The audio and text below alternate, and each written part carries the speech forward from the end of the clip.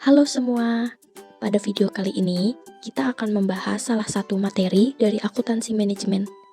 Apakah itu? Simak terus ya. Perusahaan yang memiliki banyak pusat pertanggungjawaban biasanya memilih satu dari dua pendekatan pengambilan keputusan, sentralisasi atau desentralisasi.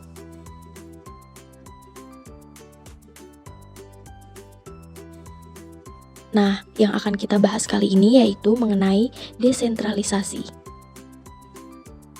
Apa sih desentralisasi itu?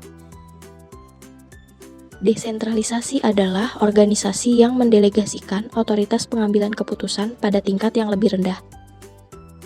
Makin luas sebuah organisasi, maka semakin membutuhkan pelimpahan wewenang dan tanggung jawab manajemen level bawah sebagai suatu bentuk desentralisasi.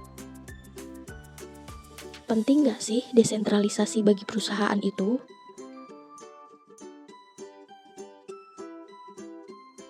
Desentralisasi penting ketika perusahaan menjadi besar. Organisasi menjadi lebih kompleks untuk dikelola, sehingga mengambil keputusan hanya mengandalkan manajer atas hampir mustahil. Selain membuat beban kerja yang berat, keputusan mungkin tidak efektif bagi organisasi. Alasan lainnya desentralisasi penting adalah pengambilan keputusan yang lebih tepat. Desentralisasi juga penting untuk mempersiapkan manajemen level bawah dengan kompetensi yang memadai. Dengan lebih banyak tanggung jawab pengambilan keputusan, mereka berkesempatan untuk mengembangkan diri. Mereka melatih diri untuk menjadi pengambil keputusan yang baik. Akhirnya, kompetensi meningkat di seluruh level seiring dengan pertumbuhan bisnis.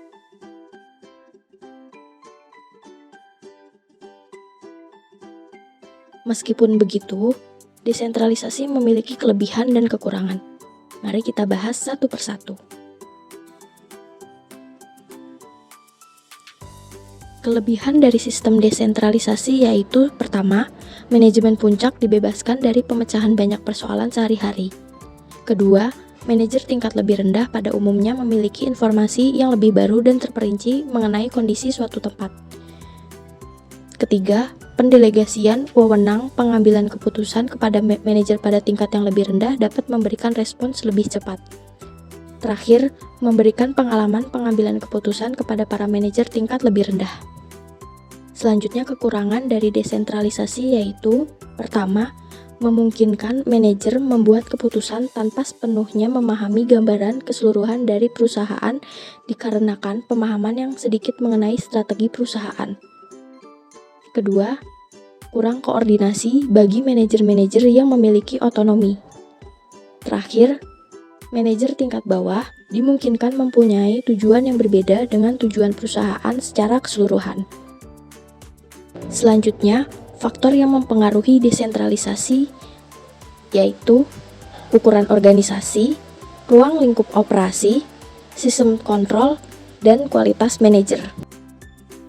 Nah, contoh organisasi terdesentralisasi adalah perusahaan Nike. Perusahaan Nike menerapkan sistem organisasi terdesentralisasi.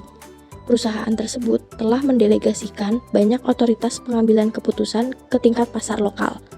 Misalnya, manajer lokal Nike di Jerman diperbolehkan untuk mengambil keputusan untuk menandatangani kontrak sponsor dengan Michael Schumacher. Padahal sebelumnya diperlukan persetujuan terlebih dahulu dari kantor pusat untuk mengambil keputusan seperti itu. Demikian sekilas penjelasan mengenai desentralisasi. Semoga bermanfaat dan terima kasih telah menyimak video ini hingga akhir.